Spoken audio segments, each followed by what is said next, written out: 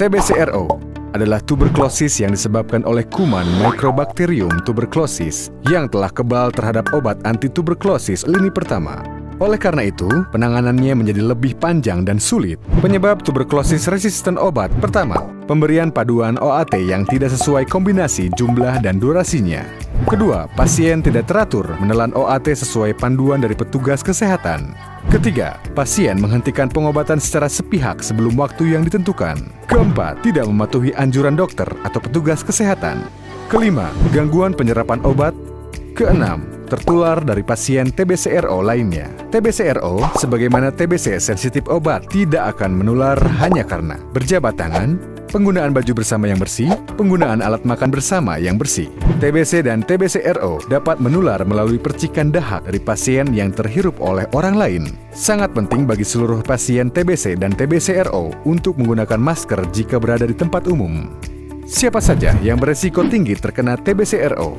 Pertama, pasien TBC gagal obat kategori 2. Kedua, pasien TBC pengobatan kategori 2 yang tidak konversi setelah 3 bulan pengobatan. Ketiga, pasien TBC dengan riwayat pengobatan TBC yang tidak standar. Keempat, pasien gagal pengobatan kategori 1. Kelima, pasien TBC pengobatan kategori 1 yang tidak konversi setelah 2 bulan pengobatan.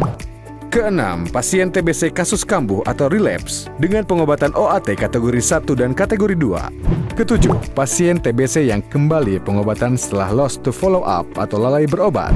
Kedelapan, terduga TBC yang memiliki kontak erat dengan pasien TBCRO.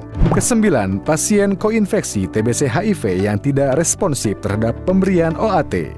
Sesuai Permenkes nomor 67 tahun 2016, semua terduga TBC baik TBC sensitif atau TBC resisten obat harus didiagnosis dengan tes cepat molekuler. Dan jika hasil menunjukkan rifampicin resisten, maka akan dilakukan tata laksana pengobatan TBCRO sesuai petunjuk teknis TBRO Kementerian Kesehatan. Upaya pengendalian TBC resisten obat dilakukan melalui Program Manajemen Terpadu Pengendalian Tuberkulosis Resisten Obat atau MTPTRO atau yang juga dikenal dengan PMDT. Upaya pengendalian TBC resisten obat di Indonesia mengalami kemajuan yang cukup pesat. Penambahan jumlah layanan bagi pasien TBC resisten obat terus meningkat, sehingga akses pasien terhadap layanan TBCRO yang standar juga meningkat. Perkembangan jumlah rumah sakit rujukan TBCRO terlihat dari hanya 14 rumah sakit di tahun 2013, kemudian menjadi 33 rumah sakit pada tahun 2014, dan menjadi 44 rumah sakit di 33 provinsi pada tahun 2015. Hingga total sampai April 2019 terdapat 188 layanan TBCRO di seluruh Indonesia. Seiring bertambahnya jumlah layanan dan jumlah pasien TBCRO, kualitas layanan TBCRO menjadi tantangan. CTB mengembangkan alat bantu untuk monitoring kualitas layanan TBCRO di antaranya. Pertama, menggunakan formulir standar dan tolak ukur MTPTRO atau PDMT Benchmarking Tool. Kedua, audit klinis mini cohort bulanan. Ketiga, Enhanced Cohort Review. Keempat, Monthly Intern Cohort Analysis atau MICA, luaran yang diharapkan tim TBCRO di Fasiankes mengetahui permasalahan dan situasi layanannya dan menyusun rencana peningkatan kualitas.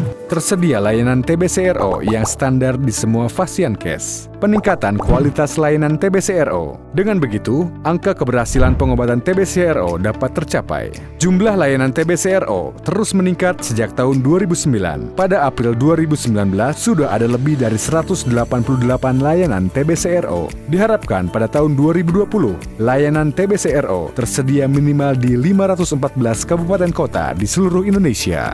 Saat ini telah terdapat 50 Fasiankes rujukan TBCRO di wilayah binaan CTB dan 153 Fasiankes rujukan di seluruh daerah Indonesia. Dukungan berbagai pihak terkait dalam pelaksanaan program PMDT di berbagai lini telah mendorong peningkatan dalam upaya penanggulangan TBCRO. Temukan tuberkulosis, obati sampai sembuh.